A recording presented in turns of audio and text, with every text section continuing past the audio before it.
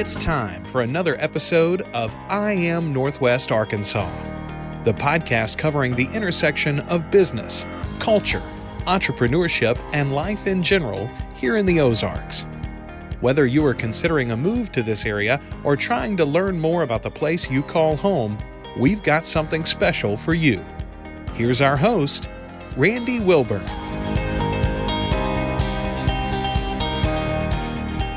Hey folks, and welcome back to another episode of I Am Northwest Arkansas. I'm your host, Randy Wilburn. I'm excited to be with you today.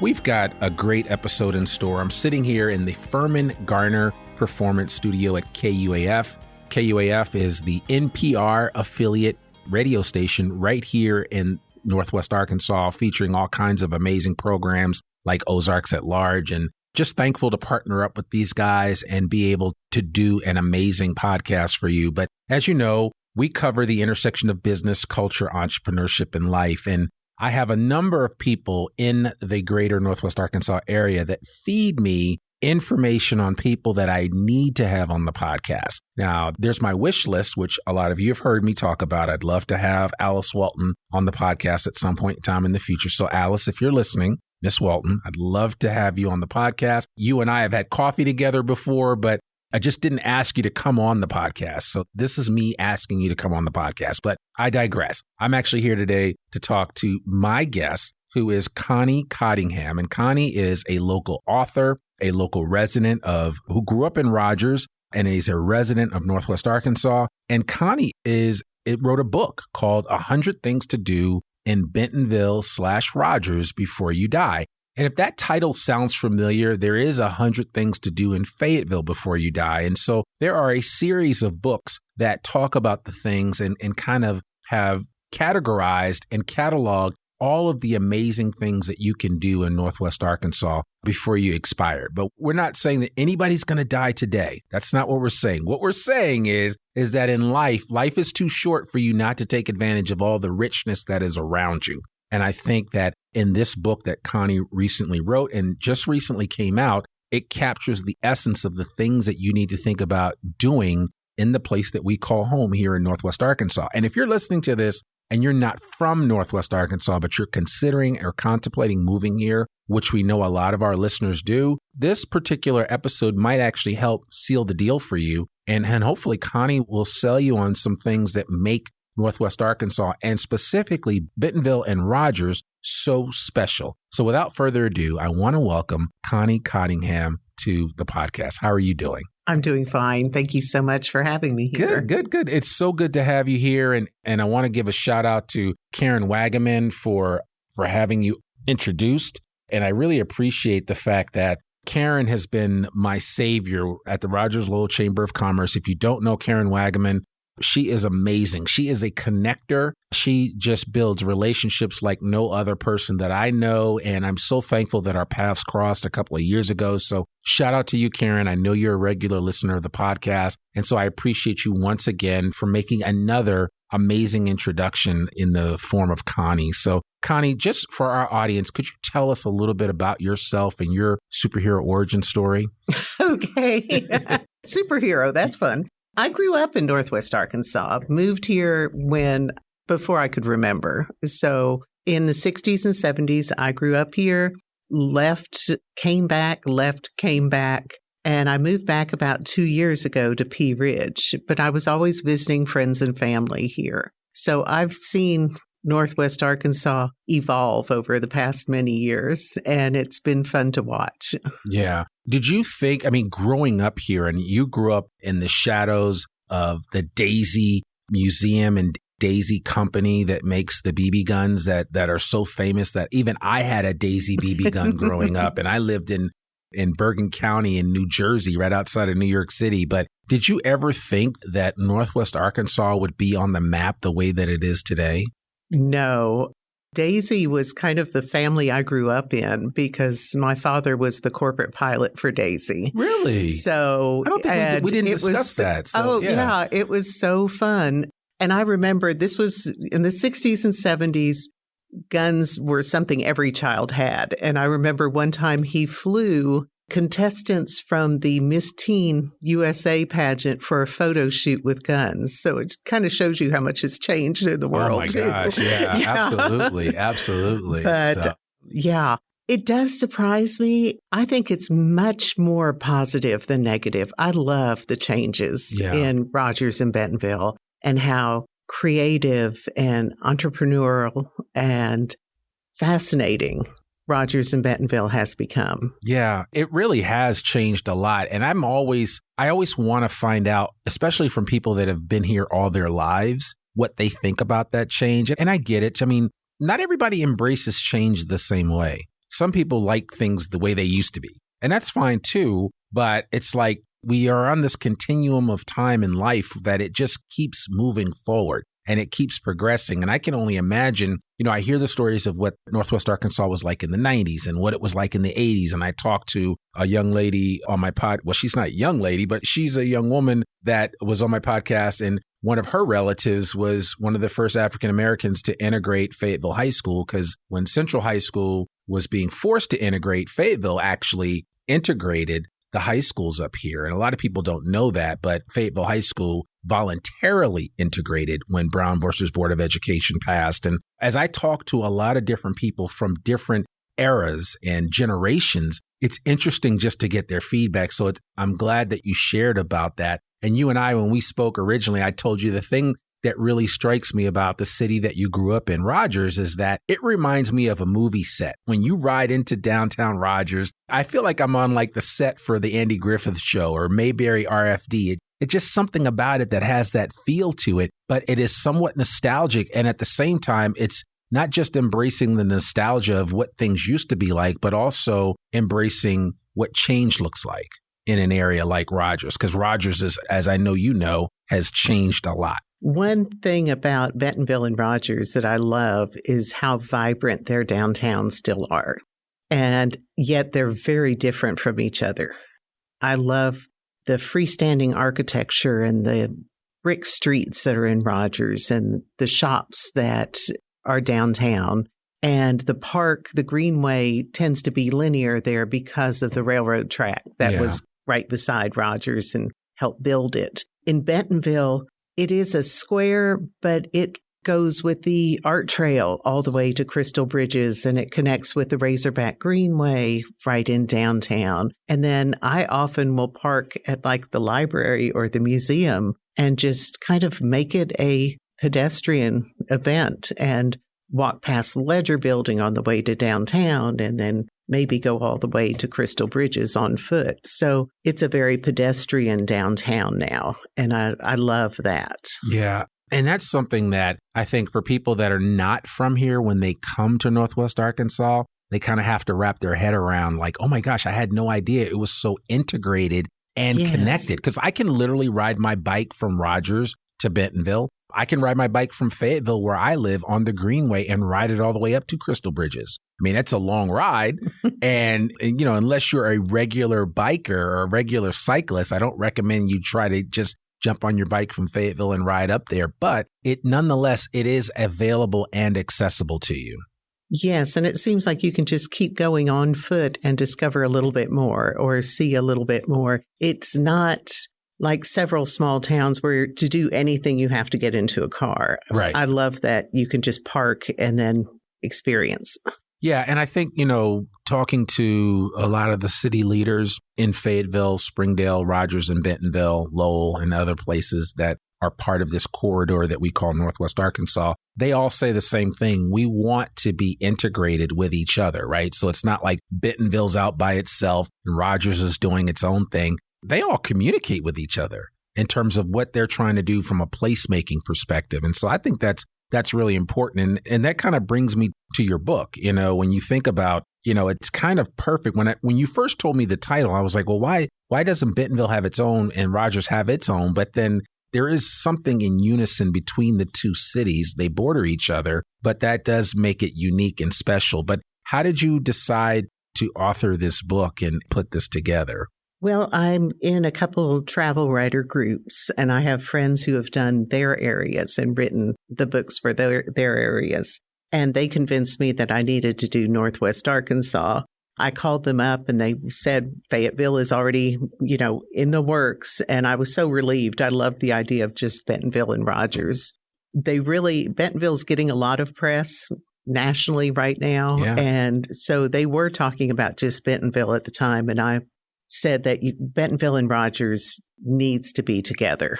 Well, as a native daughter of Rogers, oh yes, I mean that makes perfect sense to me. And that's interesting. You know what they say about, you mentioned the downtown area and walking from the Bentonville Public Library to the square and passing the ledger. And, nowadays when you do that, there is several cranes that you will see in the skyline. And that has typically been the sign of a healthy economy and or a healthy and growing place when you see multiple cranes in the skyline like that. Now, granted, the Bentonville skyline's not that big, but it is littered with cranes everywhere because there is so many hotels going up. There's so many buildings going up. The library that you spoke of is about to go through, as we're recording this, a whole transition and a whole addition is being added. So there's a lot happening in Bentonville and in Rogers. Exactly, yes. And I used to work for Parks and Recreation for the city of Little Rock. And to see a new linear park that goes right through downtown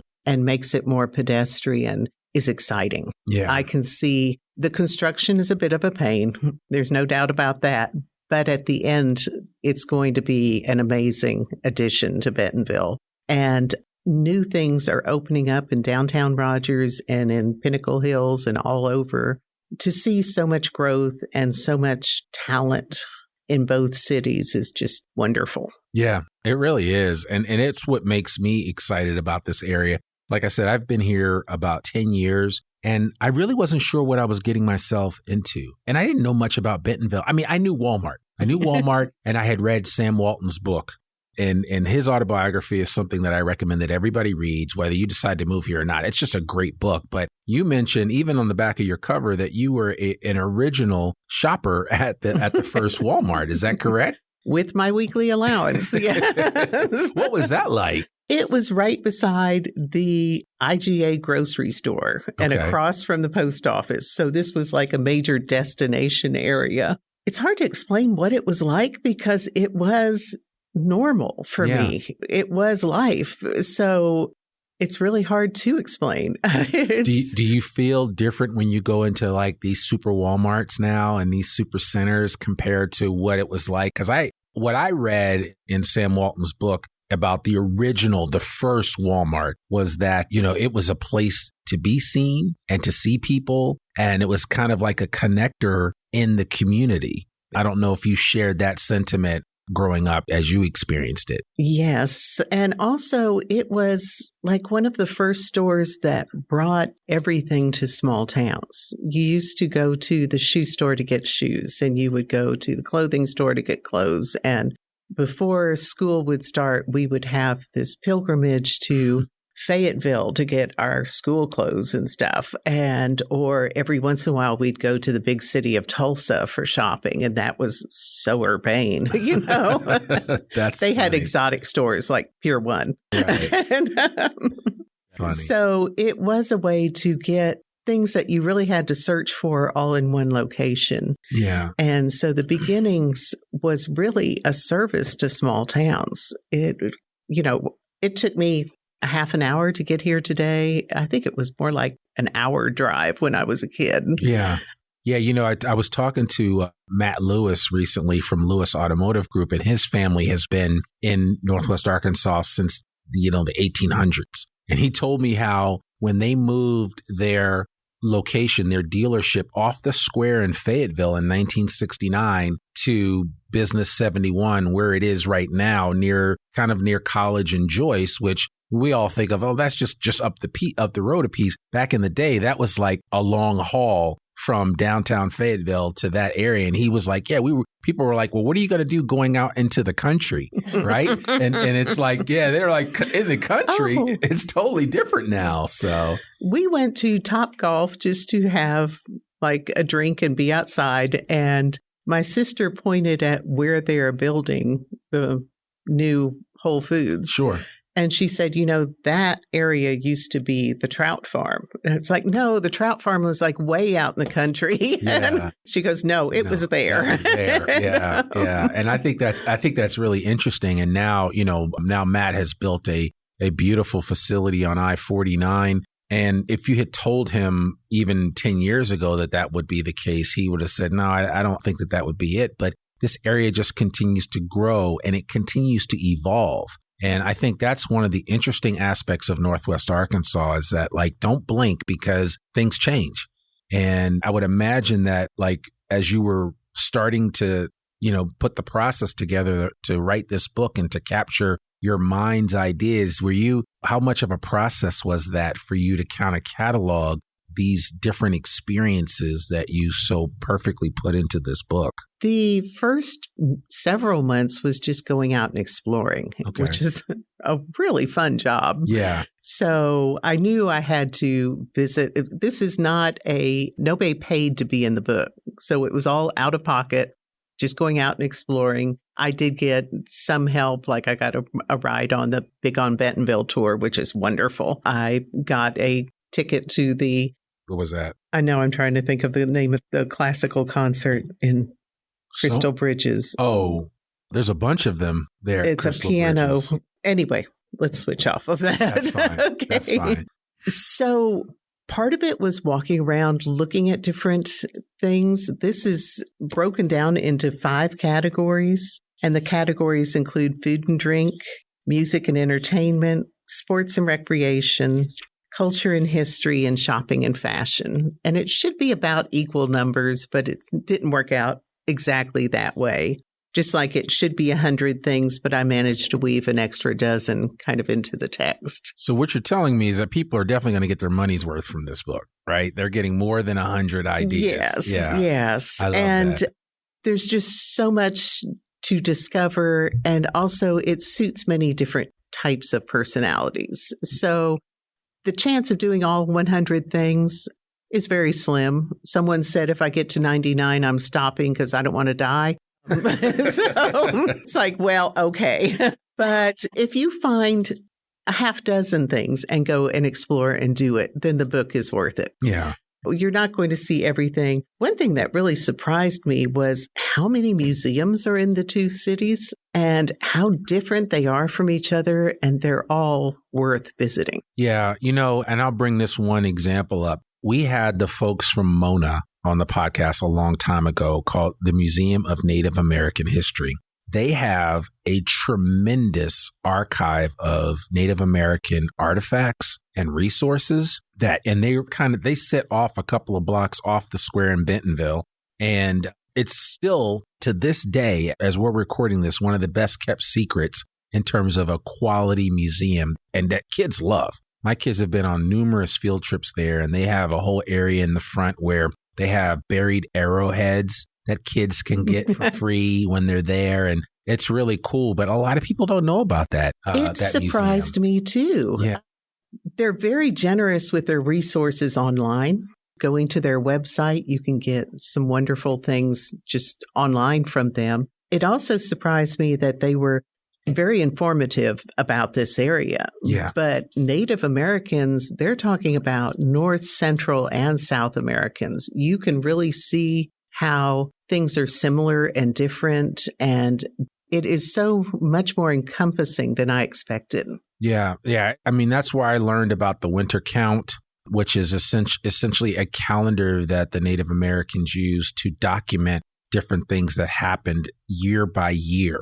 And when you look at the winter count calendar, it really kind of opens your eyes to see, wow, okay, here is where they had an eclipse, and here is where they had war, and here is where they had some type of famine. And each of those are represented. And I only bring that up because I just recently went to an exhibit that is happening at Crystal Bridges called Knowing the West. And they had a winter calendar there. And when I walked in and saw that, I told the woman, who is of Osage heritage, which is one of the tribes that are in this area here. We've got the Caddo, the Osage, and several others. But I was telling her that my first experience with a winter count calendar was at the Museum of Native American History. And I kind of felt proud that I knew it because some people they weren't even aware. They just thought, oh, this is just a piece of art. And I was like, no, this is kind of significant. So, but it's just kind of little things like that you learn when you go to some of these places. Like you said, there's a lot of museums in Northwest Arkansas, and especially in Bentonville and in Rogers that people just aren't aware of. Yes. And I think it would be a fun New Year's resolution to just go to one a month. That's a very doable thing. And with so many available, you still have choices among those to decide which kind of museums you want to go to and when. They also have amazing gift shops. Yes. Yeah. Really fun things on a lot of their gift shops and a lot of really great things to shop for children. Yeah, it is. That's the one thing that stood out for me. Of course, I love Crystal Bridges' gift shop, and their gift shop's kind of like on steroids. But Mona has a great gift shop. I mean, they all do. The Daisy Museum that they have right downtown Rogers has a great gift shop. So there's a lot that you can kind of take away from those experiences when you visit those museums in terms of not just from a cultural perspective and just an understanding of the different artifacts that are in those museums, but there are just things that you can really experience that just I think are significant. Yes, Yeah. yes. In fact, one of the entries is going to museum gift shops and the strong points of the different gift shops and where the history books are treasures and where the jewelry is fantastic and great toys for kids. Yeah, I can imagine. So out of these different areas that you cover in the book, food and drink and the others, which one did you have the most fun doing? I think the art and culture, because it's so rich in that area. Yeah. The Visit Bentonville site has over 140 documented pieces of public art. And so you can look at the public art, find out a little bit more about it. It's everywhere. And that's so fantastic. And then to be able to find out more about it. But also, like I said, the museums everyone is not only unique, but they're staffed by people that truly love the museum and want to share it with you. Yeah. I mean, they just can't wait to share it with you, which is great. But then I'm trying to think of other art and culture things that were just, some of it is the history. The Peel Museum is a historic home museum. Right. The War Eagle Mill, War Eagle Cavern, a lot of the history that you can experience. The Big on Bentonville tour, like I mentioned, where you can get it on a golf cart, which is about the most accessible thing you can do. So I had a couple friends who were visiting and neither one could walk very far. Mm-hmm. This would be, being able to spend a half hour seeing Bentonville and hearing the stories. It's a great option. That was a fun tour. Now, the War Eagle Mill, is that physically in Rogers? Rogers goes all the way out to the lake, so it counts as that. Because Hobbs State Park is out there too. Yes, right? And that's in the book. Some amazing restaurants out there are in the book. Yeah. So Beaver Lake is seen more Rogers than any other town. Other place, yeah. Granted, it's close to a lot of different Northwest Arkansas cities, but yeah, absolutely. And you have Lake Atalanta that's up there. Yes. And so, there's a lot of and I tell people about Hobbs State Park all the time, and I'm always surprised that people don't know about Hobbs State Park. Their visitor center is wonderful. Amazing trails. All of the staff that work up there are very friendly. And they'll tell you anything that you want to know about the area. And I remember we did an episode with the folks at Hobbs State Park, and I'll try to link to all the episodes that are related to the places that you visited or talked about in this book on the show notes for this episode. But Hobbs State Park was one that really stood out because the history of it is really interesting and how they manage the park is really interesting too. And they have some tremendous mountain bike trails there. So there's a lot. They also, right there. They have a ADA accessible trail. Yeah. They have a horse trail. It's really, but the visitor center was so informative and really explained the geology and geography. And it was a very pleasant and another great gift shop. Yes, absolutely. Yeah. Okay. Now that I think of it, you're right. You're absolutely right. Yeah. There's a theme of really good gift shops. So, but we know our way around retail here in Northwest Arkansas. So there is something to be said for that. Lake Atlanta was used to have the rectangular public swimming pool and the roller rink when I was growing up. Yeah. I spent a lot of time there. I really have not paid attention to it during the many visits I've come back and walked around it with my sister and her puppy dog, and it's stunning. Yeah. It is beautiful. Before it was, very utilitarian and the lake was rather ignored. Now it's celebrated. You're in this beautiful little valley where you feel surrounded by nature, and it's so close to downtown Rogers. What would you say was the hardest thing to leave out of this book?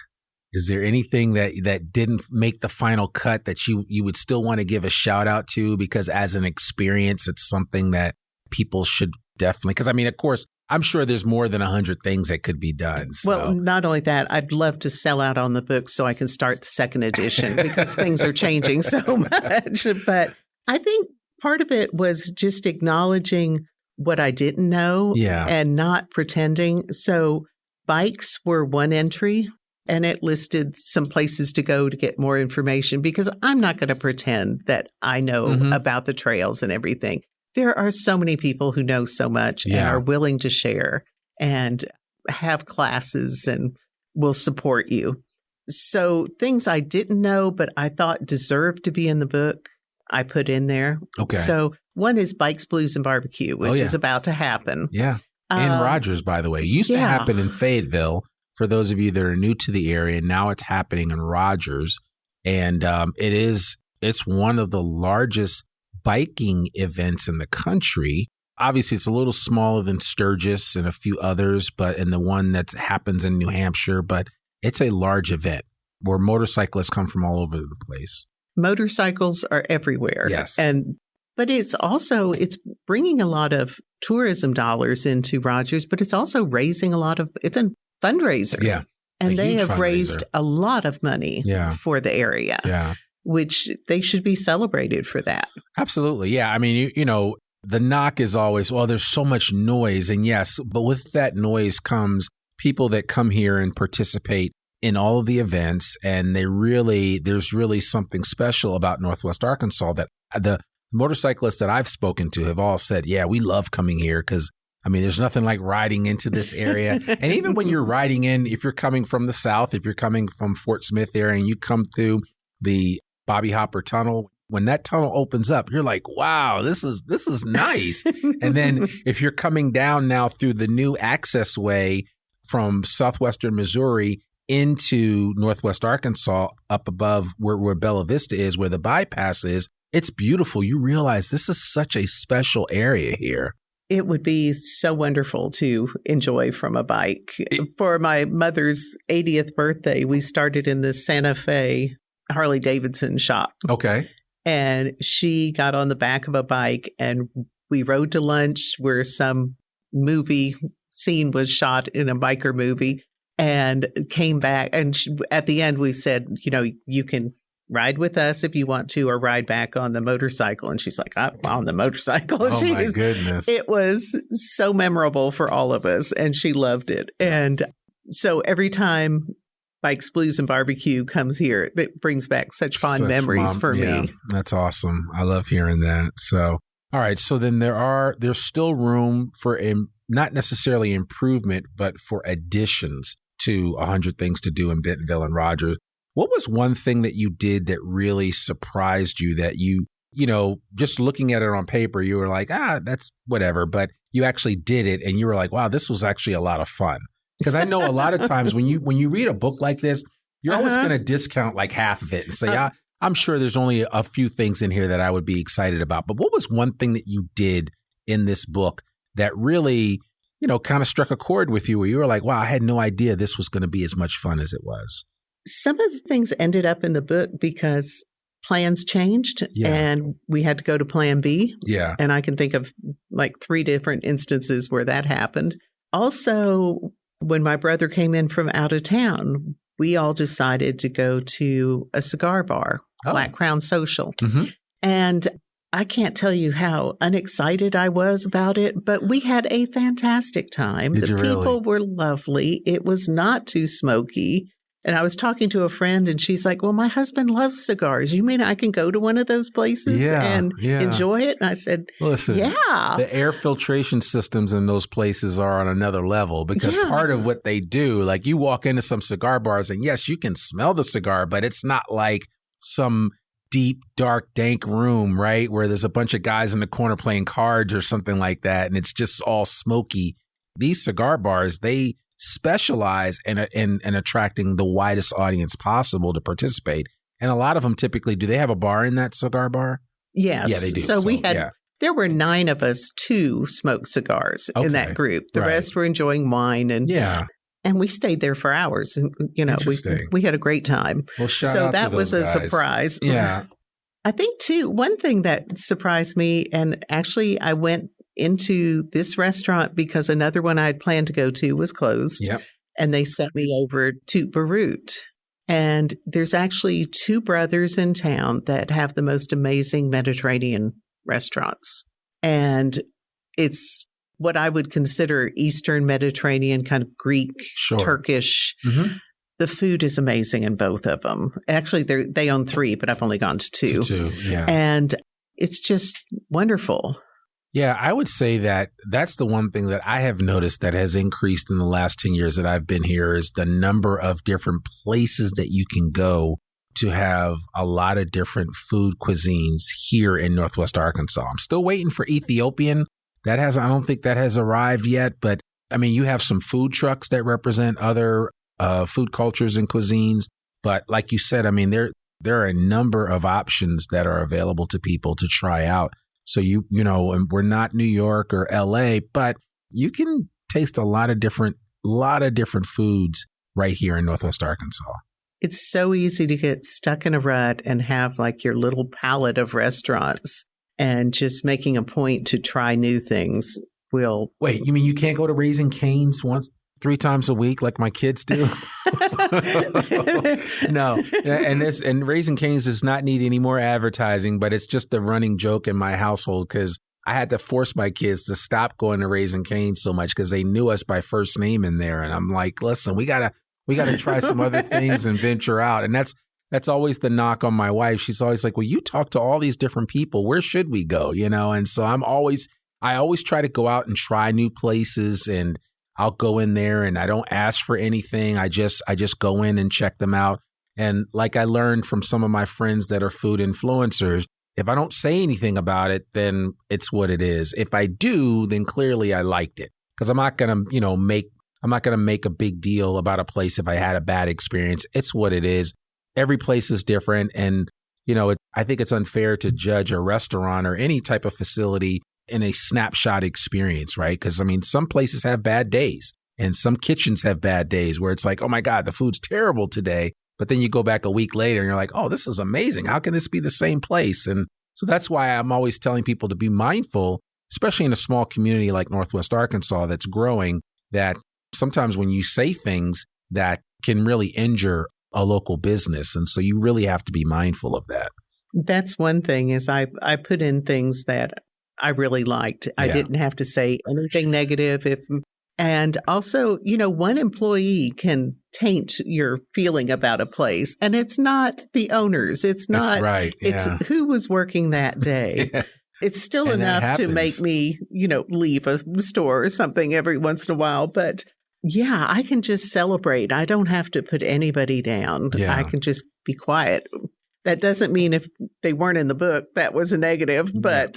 No, I understand that. Yeah, there's a lot more than 100 things to do in Bentonville and Rogers. And any 2 people there wouldn't be 2 people who would write the same 100 things in the same way. Yeah. And I wouldn't do it today the same way I did it. I wouldn't do it tomorrow the same way. Yeah. But it's a great snapshot. It's a great start. And just the attitude of going and exploring is a good thing. Yeah. And you like writing. I mean, at least that's what I gleaned from our conversation when we spoke last. And you have a background in talking about gardening and some other areas that you have a real passion and interest for.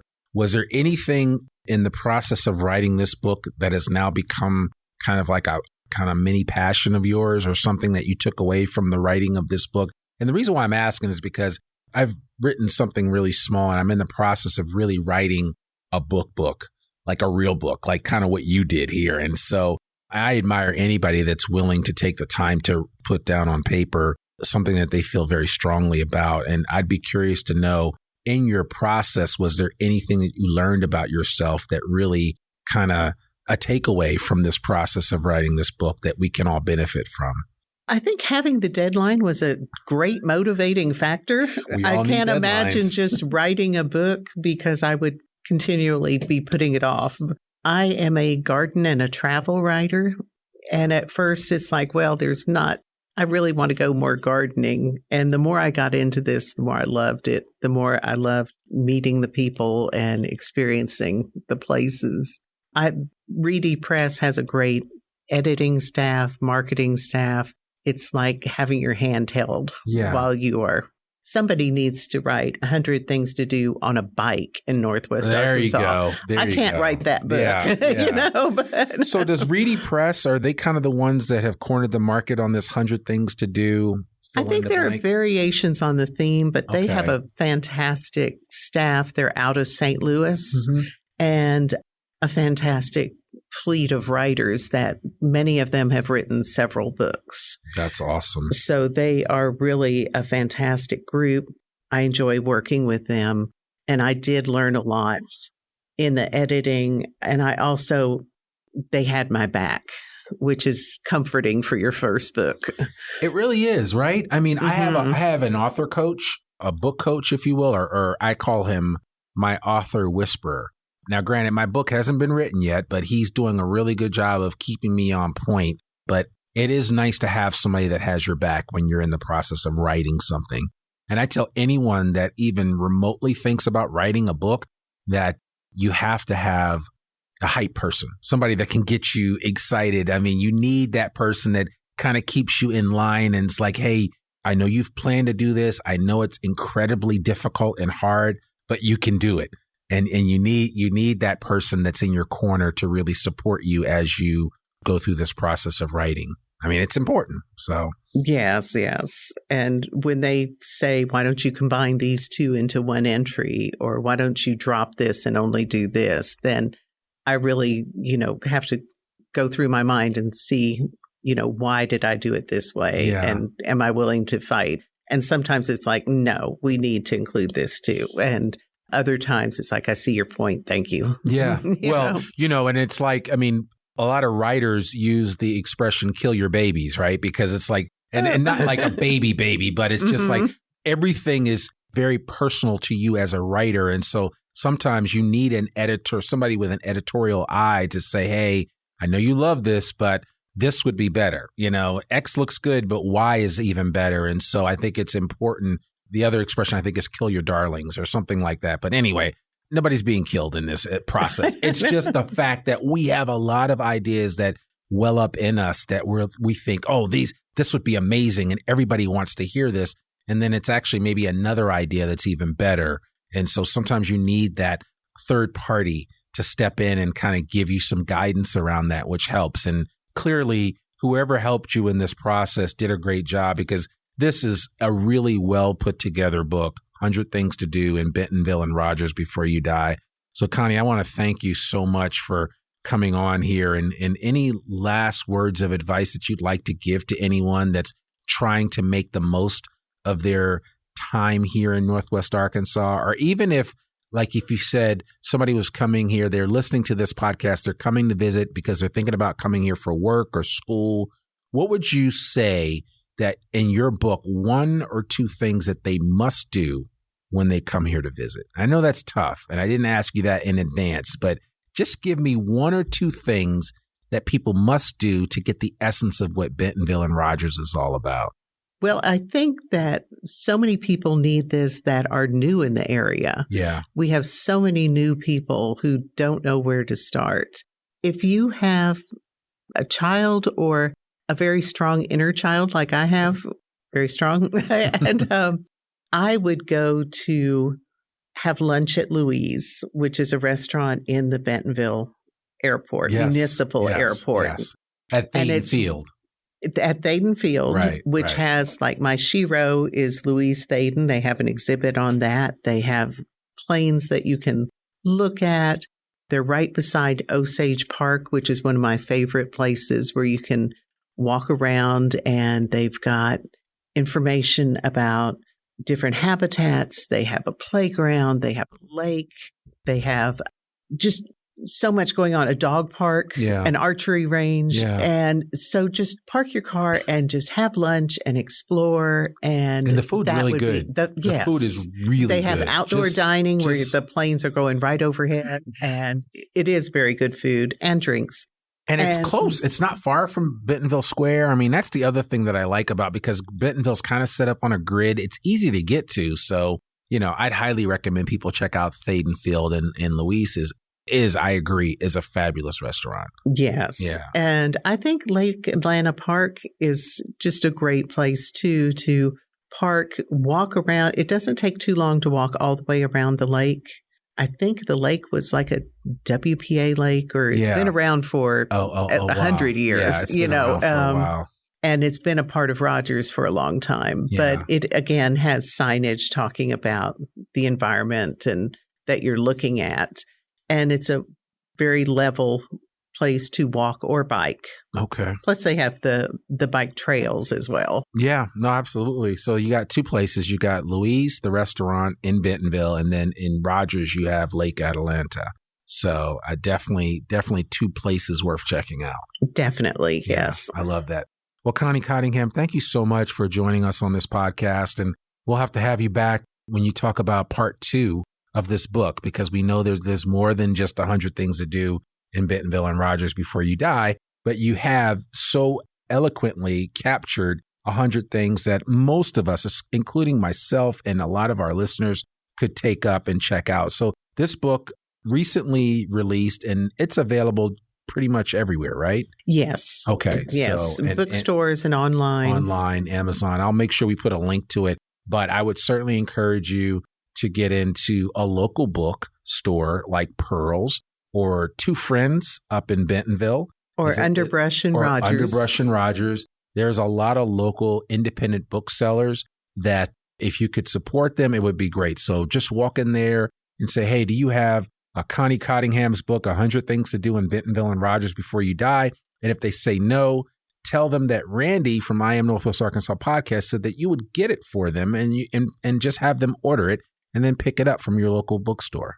How does that sound? That sounds great. Yeah. Thank you. I think we could do that. So anyway, Connie Cottingham, thank you so much for joining us today on this episode. We really appreciate you sharing. If people want to get in contact with you in any way, shape, or form, what's the best way for them to do that? I have a direct link to the book page by going to just conniecottingham.com. Okay. All right. And that'll take you to the direct link there. And then on socials, it's 100 Things Bentonville Rogers. Okay, perfect. So you can find that on Facebook and Instagram. Great. Well, and we will put all of that in the show notes for our listeners. Everybody will be able to access that information and get in touch with Connie. I would encourage you, if nothing else, if you get the book, let her know, give her a shout out. Every author needs that encouragement that they're on the right path, or that, this book was really helpful.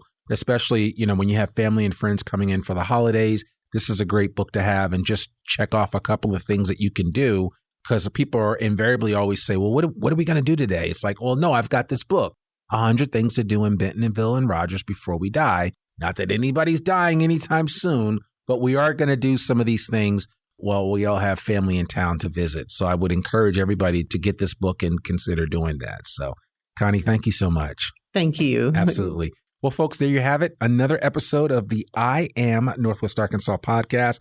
I hope you enjoyed this conversation that we had with Connie. It was really great to learn a lot about this book. There's so many things happening here in Northwest Arkansas. It's almost hard to keep up. So it's really nice to have a book like this to kind of keep track of the things that we've done and things that we still want to do as we continue to look at Northwest Arkansas and call it home. And for those of you that are coming here to Northwest Arkansas, are planning to move here, listen, I don't know what you're waiting for. We've got a lot going on. We're one of the fastest growing MSAs in the country. There's so much happening here, but this book really captures the essence of what makes Northwest Arkansas so special, certainly from the perspective of Bentonville and Rogers, but even other areas as well. So I really want to encourage you to check it out. Remember, our podcast comes out every Monday, rain or shine. You can also hear us most weeks on Ozarks at Large, typically on Tuesdays, but sometimes now we've been on even on Thursdays and Fridays. So we certainly encourage you to tune in on KUAF to hear